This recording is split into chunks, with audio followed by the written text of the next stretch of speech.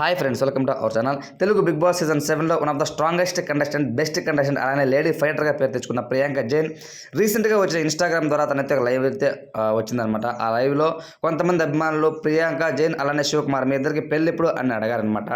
దానికి సంబంధించి తనైతే అతి త్వరలో చేసుకోబోతున్నాం మేమిద్దరం పెళ్ళి. సో దానికోసం మీ అందరికి కూడా ఖచ్చితంగా ఇన్ఫార్మ్ చేస్తాను. మీకు చెప్పకుండా అయితే మేము ఇద్దరం పెళ్లి చేసుకోము. వాళ్ళ తల్లిదండ్రులు మా తల్లిదండ్రులు మాట్లాడుకుంటూ ఉన్నాము. ఖచ్చితంగా అతి త్వరలో మేము చేసుకోబోతున్నాము అని అయితే బిగ్ అప్డేట్ అయితే తనైతే ఇచ్చేసిందనమాట.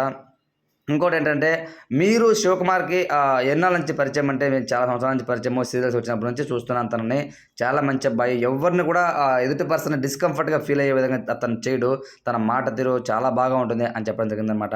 అదేవిధంగా మేమందరం కూడా శివకుమార్కి చాలా పెద్ద అభిమానం. ప్రియాంక అక్క గారు అంటే అవునా మీరే కాదమ్మా, చాలామంది అతనికి లేడీ ఫ్యాన్ ఫాలోయింగ్ చాలామంది ఎక్కువ ఉన్నారు. సో అందుకే మేము త్వరగా పెళ్లి చేసుకోవాలనుకుంటూ ఉన్నాము అని సరదాగా చెప్పిందనమాట.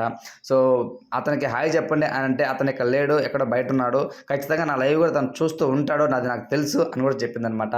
అయితే ప్రియాంక జైన్ లైవ్లో ప్రతి ఒక్కరిని అభిమానికి తను మాట్లాడే విధానము, తను పలకరించే విధానము ప్రేక్షకులందరినీ ఆకట్టుకుంటుంది.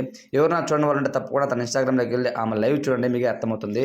అయితే ఫ్రెండ్స్, ఇక ఈ విషయం పక్కన పెడితే ప్రియాంక జైన్ ఆట విషయంలో మీ అందరూ గమనించారనమాట.